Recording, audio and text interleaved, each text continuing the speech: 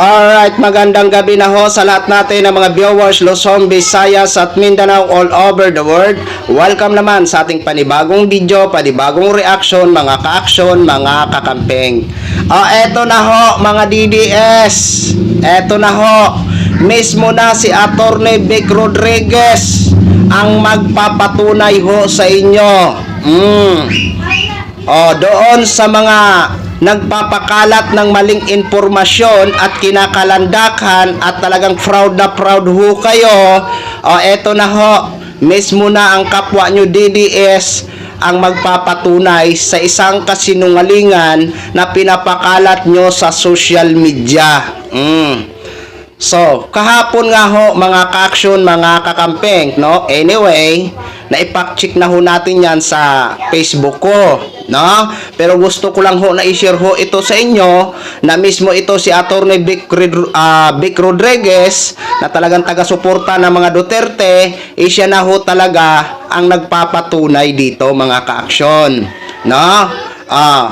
Kahapon, kumalat sa social media ang di umano, no? Na gasolina daw galing Brunei ay dumating na sa Davao City. Sus Maria Jose. Mabilis po natin malaman ho mga ka-action, mga kakampeng kung may katotohanan ang kumakalat sa social media. I-research lang ho natin yan sa Google. Ang bilis ho mag-response agad ng Google. Diba? Ito mga DDS, pakinggan nyo ho itong sinabi ni Atty. Vic Rodriguez. Gin-post niya po ito sa kanyang social media account. Ayon dito kay Atty. Vic Rodriguez, on the report arrival of gasolina in Davao City from Brunei that was posted on social media, we have no information regarding the allegedly oil supply from Brunei arriving in Davao City. The city government has not held any discussion with Brunei on this matter. Thank you. Yan po yan po ang post ni Atty. Vic Rodriguez na may kasamang ito pa, may kasamang ano ba to? Wait lang ha. May kasamang ng government ng Davao City. Ayon dito sa pagpapaliwanag, ayan ho, nakikita nyo po sa screen mga ka-action ha. Ayan. On that report arrival of gasoline in Davao City from Brunei that was posted on social media March 21, 2026. We have no information regarding that. Regarding the allegedly oil from Brunei arriving in Davao City. The city government has not held any discussion with Brunei on this matter. Thank you. Harvey City Information Office. Head. Yan ho mga ka-action, mga kakampeng, no? Ano na ho mga DDS? Yung walang tigil pa rin sa kakapost. Ganun na lang ba?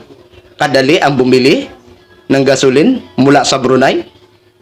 Sus Maria Josep, itong mga DDS na ito. Mga DDS, tigil-tigilan nyo na ho ang pagpapakalat ng maling informasyon.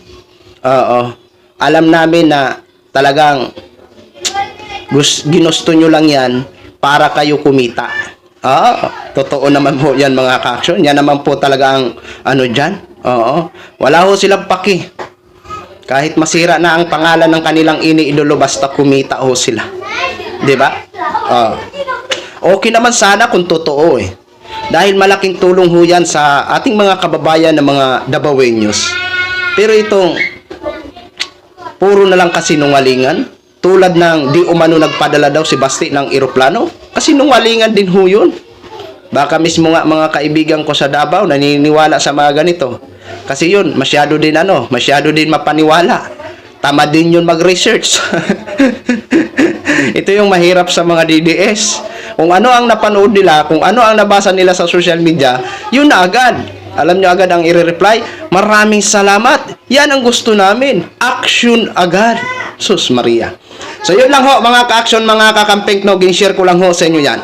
Maraming salamat po sa ating mga viewers Luzon, Visayas at Mindanao all over the world. Ako po ang inyong lingkod, si The Action Man. Good evening everyone.